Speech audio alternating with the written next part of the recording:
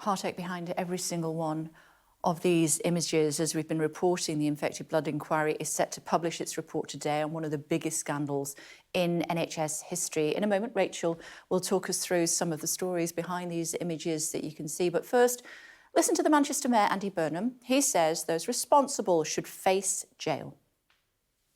It is appalling, and it should rock Whitehall to its foundations, because since the 70s, civil servants and government departments have basically kind of dug in behind an official line that was a lie. And the official line was given to me as Health Secretary, saying that nobody had knowingly been given infected blood products. But that simply isn't true. And I established that that wasn't true. Do you think people should end up in jail?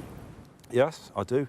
There has to be accountability, because, you know, often with these things in this country, they go on for so long and nobody is then held accountable. Some of these people behind us hope people will be held accountable when that report comes out just after midday. Absolutely, Kay. You said already this is the biggest treatment scandal in the history of the NHS. In total, more than 30,000 people in Britain were infected with serious viruses from contaminated blood products in the 70s and in the 80s, and around 3,000 of them we know have died in the worst treatment disaster in NHS history. And these are just some of the faces of the many, many people affected. Sky News has spoken to around 100 individuals. Some of these people were infected with these contaminated blood products. Others are family members. This is just one of them, Gina Minshall from Worcester. Now, Gina died in 2007 after being infected in her 20s by a blood transfusion after a miscarriage. Gina died then just 4 months before her daughter Lizzie's wedding. And Lizzie says her children see the sadness in her eyes when she tells them about their grandmother. Just heartbreaking, Kay. Absolutely terrible, this poor lady. Yeah. Now, the next story we're going to bring you is Peter Burney's. He contracted hepatitis C through a transfusion, and he died in 2019. Now, Peter and his wife were married for 40 years after meeting at school, and she described him as a wonderful family man who adored his granddaughters, and she said is always missed. Now, this was Peter's evidence when he actually gave evidence to the inquiry, to the Infected Blood Inquiry, shortly before he passed.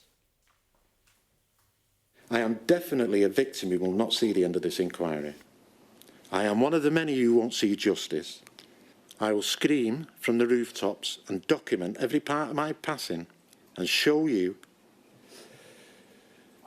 for what a bunch of lying, murdering criminals who have stood by and watched a victim die every 96 hours without any kind of remorse, and knowing many of these victims are dying in poverty, leaving thousands of affected families in poverty, and having to rely on the means-tested handouts from the very people who covered up this mass murder, the Department of Health.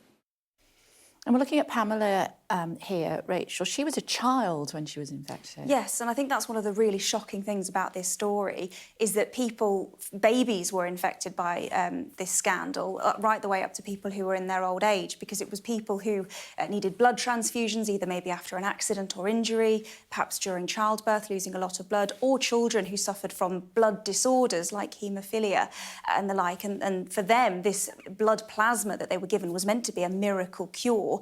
The cruelty was, for many of them, it ended up blighting, destroying, or even ending their lives. But if I take you through Pamela's story, she was 11 years old, so young when she received that infected blood transfusion, which has affected the course of her life ever since. Soon after being diagnosed with hepatitis C, she found out she was pregnant. But then after having a conversation with her doctors, she terminated the pregnancy because there was a risk she could pass that virus on to her child. And she says that every year, Mother's Day really just breaks her heart as she remembers her loss. Yeah, and there are more. I mean, there are so many people who've been impacted. As you were saying, at least 3,000 people have died, and this is a scandal that's gone on for half a century. It has many, many decades, and that's why some people are concerned about the ability to get any sense of justice years later, and that's why today's publication of that report is so important. I've got one more person to tell you about, Kay.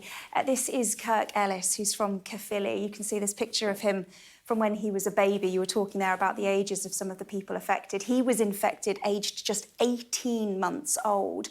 He says when he found out what had happened when he was a teenager, the diagnosis just ripped him in half. And he says he'll be happy when the government recognises every victim of contaminated blood, whether they're living or not. OK, these are just some of the people that have been impacted. Every single one of these images has a story behind it. We'll find out more later on today.